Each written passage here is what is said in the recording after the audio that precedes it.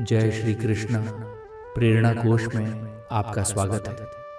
क्या आपने कभी सोचा है कि हमारे जीवन में जो कुछ भी हो रहा है वह हमारे कर्म का परिणाम है या फिर पहले से लिखा हुआ भाग्य है? कई लोग कहते हैं सब कुछ भाग्य से होता है और कुछ लोग मानते हैं कि सब कुछ हमारे कर्म पर निर्भर करता है। तो आखिर सच क्या है? कर्म बड़ा है या भाग्य? कुरुक्षेत्र के मैदान में अर्जुन भी इसी उलझन में थे। उन्हें समझ नहीं आ रहा था कि जो हो रहा है वह उनके कर्म का परिणाम है या फिर यह सब पहले से तय है। तब श्री कृष्ण ने उन्हें एक गहरा ज्ञान दिया।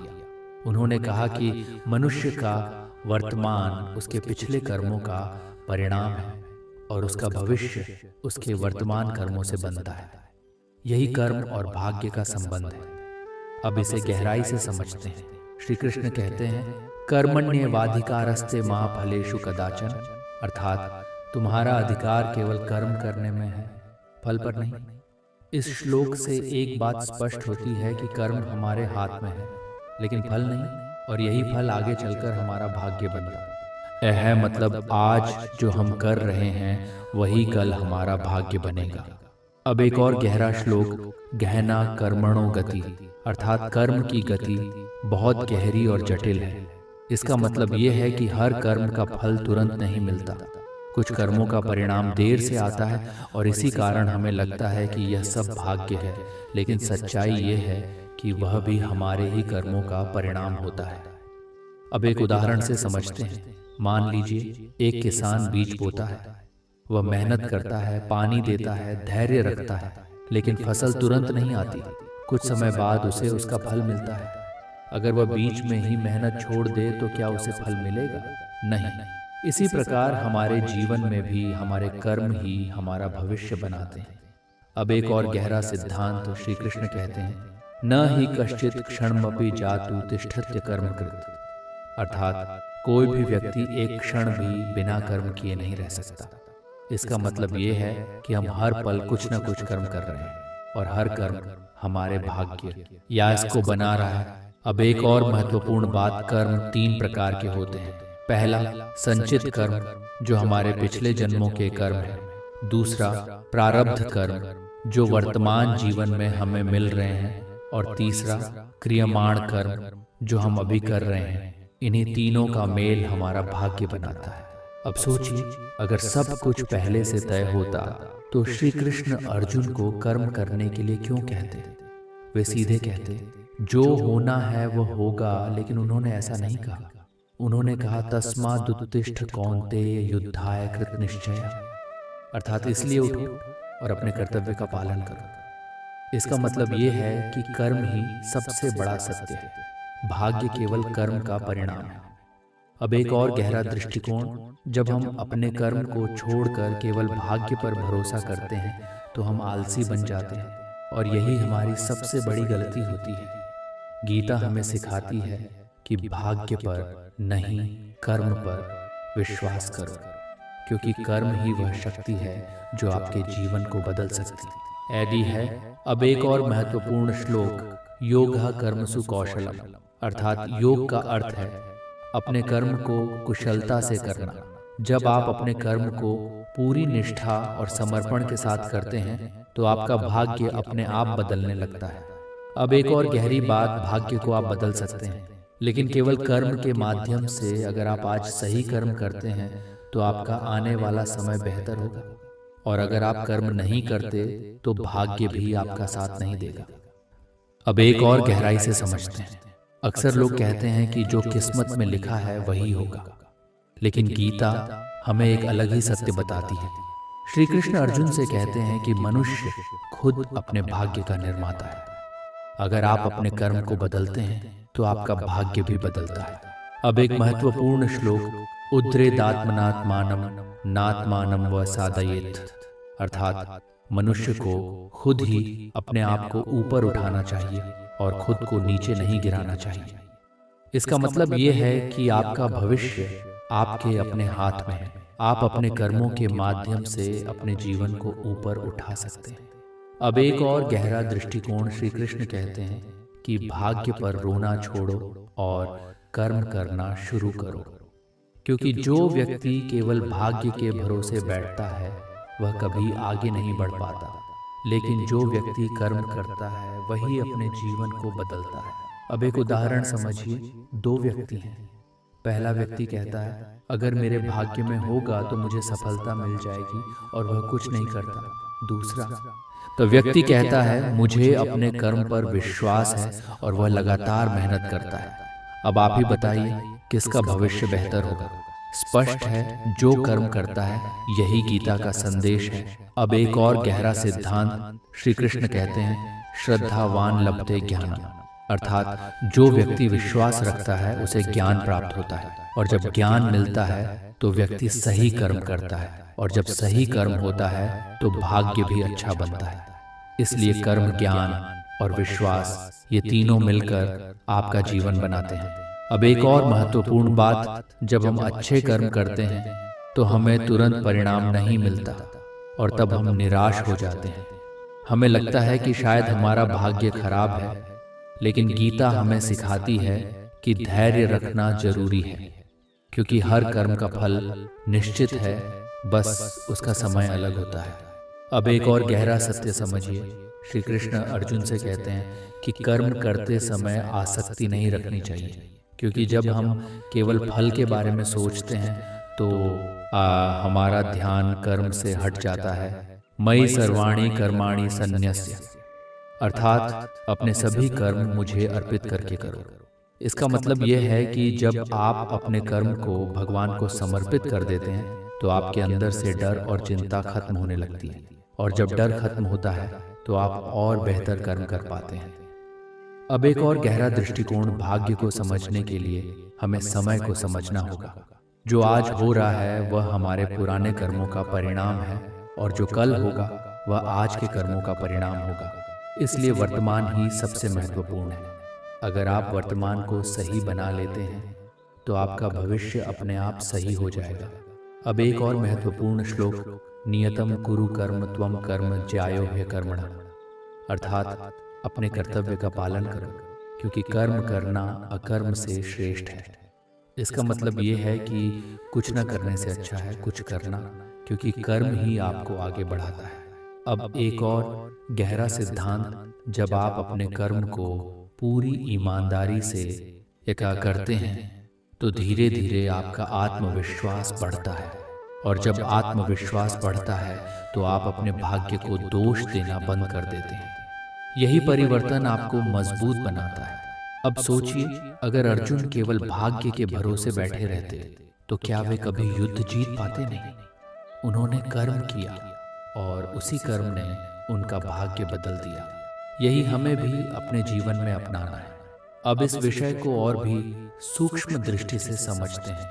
श्री कृष्ण अर्जुन से कहते हैं कि केवल बाहरी कर्म ही नहीं, बल्कि हमारे विचार भी कर्म होते हैं। जो हम सोचते हैं, जो हम महसूस करते हैं, वह भी हमारे भविष्य को प्रभावित करता है। इसलिए गीता में केवल कर्म ही नहीं बल्कि शुद्ध भाव पर भी जोर दिया गया है।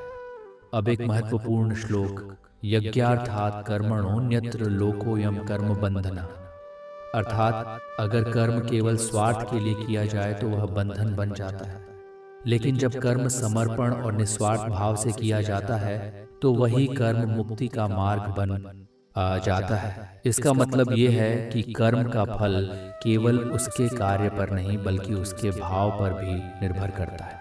अब एक और गहरा सिद्धांत, श्री कृष्ण कहते हैं कि व्यक्ति को अपने कर्म करते समय अपने अहंकार को छोड़ देना चाहिए, क्योंकि जब हम अहंकार में आकर कर्म करते हैं तो हम फल से जुड़ जाते हैं, और जब फल से जुड़ते हैं तो दुख शुरू होता है। इसलिए गीता हमें सिखाती है कि कर्म करो, लेकिन अहंकार और अपेक्षा के बिना। अब एक और महत्वपूर्ण दृष्टिकोण, भाग्य को बदलने के लिए केवल बड़ा काम करना जरूरी नहीं है। छोटे छोटे अच्छे कर्म भी आपके जीवन को बदल सकते हैं। हर दिन का एक अच्छा निर्णय, हर दिन का एक सही कर्म धीरे धीरे आपके जीवन की दिशा बदल देता है। यही गीता का व्यावहारिक ज्ञान है। अब सोचिए, अगर आप रोज थोड़ा थोड़ा सुधार करें तो कुछ समय बाद आपका पूरा जीवन बदल सकता है। यही कर्म की शक्ति है। अब एक और गहरा पहलू समझते हैं। श्री कृष्ण अर्जुन से कहते हैं कि कर्म का प्रभाव केवल इस जीवन तक सीमित नहीं होता, बल्कि यह हमारे आने वाले जीवन को भी प्रभावित करता है। यही कारण है कि गीता में कर्म को इतना महत्वपूर्ण बताया गया है। अब एक महत्वपूर्ण श्लोक, नेहा विक्रमणाशोस्ति प्रत्यवायो न विद्यते स्वल्पम्प्यस्य धर्मस्य त्रायते महतो भयात्, अर्थात इस मार्ग पर किया गया थोड़ा सा भी कर्म व्यर्थ नहीं जाता और ये बड़े से बड़े भय से भी बचा लेता है। इसका मतलब ये है कि हर अच्छा कर्म, चाहे वह छोटा ही क्यों न हो, आपके जीवन में सकारात्मक परिवर्तन लाता है। अब एक और गहरा दृष्टिकोण श्री कृष्ण कहते हैं कि कर्म करते समय व्यक्ति को संतुलन बनाए रखना चाहिए। अगर सफलता मिलती है तो अहंकार नहीं करना चाहिए, और अगर असफलता मिलती है तो निराश नहीं होना चाहिए। यही संतुलन ही सच्चा योग है। अब एक और महत्वपूर्ण श्लोक, समत्वम योग उच्यते, अर्थात हर परिस्थिति में समान भाव रखना ही योग है। इसका मतलब ये है कि जब आप संतुलित रहते हैं तो आपका मन स्थिर रहता है, और जब मन ऐसा स्थिर होता है तो आपके कर्म भी सही दिशा में जाते हैं। अब एक और गहरी बात, जब हम अपने कर्म को सही तरीके से करते हैं तो धीरे धीरे हमारे अंदर एक आत्मबल पैदा होता है। ये आत्मबल ही हमें आगे बढ़ने की शक्ति देता है, और यही आत्मबल हमारे भाग्य को बदलने की क्षमता रखता है। अब सोचिए, अगर आप हर परिस्थिति में संतुलित रहना सीख जाए तो क्या कोई भी समस्या आपको रोक सकती है? नहीं, आप हर परिस्थिति का सामना कर सकते हैं। यही गीता का वास्तविक ज्ञान है। अब धीरे धीरे इस पूरे ज्ञान के अंतिम सार की ओर बढ़ते हैं। श्री कृष्ण अर्जुन से कहते हैं कि कर्म और भाग्य अलग नहीं है, बल्कि एक ही प्रक्रिया के दो हिस्से हैं। कर्म बीज है और भाग्य उसका फल। अगर बीज सही होगा तो फल भी सही होगा, और अगर बीज ही गलत है तो फल भी वैसा ही मिलेगा। इसलिए समझदारी इसी में है कि हम अपने कर्म पर ध्यान दें। अब एक और गहरा श्लोक, फलत्यागी शांति मापनोति, अर्थात जो व्यक्ति फल की चिंता छोड़ देता है वह यह शांति प्राप्त करता है। इसका मतलब यह है कि जब आप केवल कर्म पर ध्यान देते हैं तो आपका मन शांत हो जाता है, और जब मन शांत होता है तो आप और बेहतर निर्णय ले पाते हैं। अब एक अंतिम दृष्टिकोण श्री कृष्ण कहते हैं कि मनुष्य को अपने कर्म करते रहना चाहिए, बिना रुके बिना डरे, क्योंकि यही जीवन का नियम है।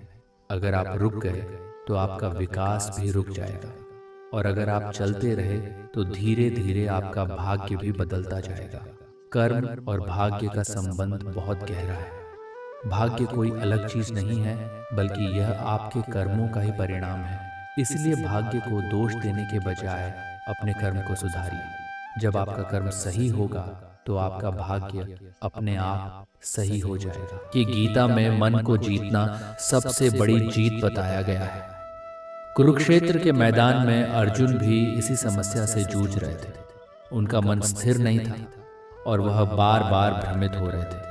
तब श्री कृष्ण ने उन्हें मन को नियंत्रित करने का रहस्य बताया। अर्जुन कहते हैं, चंचलम ही मनः कृष्ण, अर्थात हे कृष्ण, ये मन बहुत चंचल है। ये वायु की तरह है जिसे नियंत्रित करना बहुत कठिन है। तब श्री कृष्ण इसका उत्तर देते हैं, अभ्यासेन तु कौन्तेय वैराग्येण च गृह्यते, अर्थात अभ्यास और वैराग्य से मन को नियंत्रित किया जा सकता है। अब सवाल ये है, हम अपने मन को कैसे जीतें? पहली बात, अभ्यास। मन को एक ही दिशा में बार बार ले जाना ही अभ्यास है। जब आप अपने मन को बार बार सही विचारों की ओर ले जाते हैं तो धीरे धीरे वह उसी दिशा में स्थिर होने लगता है। दूसरी बात, वैराग्य। वैराग्य का अर्थ यह नहीं है कि सब कुछ छोड़ देना, बल्कि इसका अर्थ है अनावश्यक चीजों से दूरी बनाना। जब आप हर छोटी छोटी चीज से जुड़ जाते हैं तो आपका मन भटकने लगता है। इसलिए जरूरी है कि आप अपने मन को सीमित करें। अब एक और गहरी बात समझिए, मन को जीतने का सबसे बड़ा तरीका है उसे समझना। अक्सर हम मन से लड़ने की कोशिश करते हैं, लेकिन जितना हम उसे दबाते हैं वह उतना ही ज्यादा भटकता है।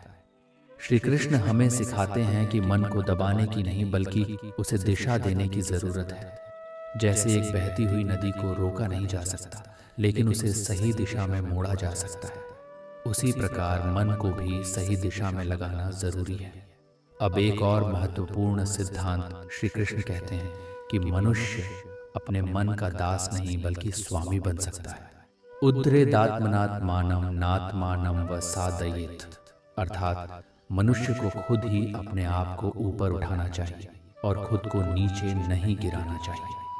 इसका मतलब यह है कि आपका मन आपके नियंत्रण में होना चाहिए, ना कि आप उसके नियंत्रण में। अब एक और गहरी बात, जब मन इंद्रियों के पीछे भागता है तो वह और अधिक चंचल हो जाता है।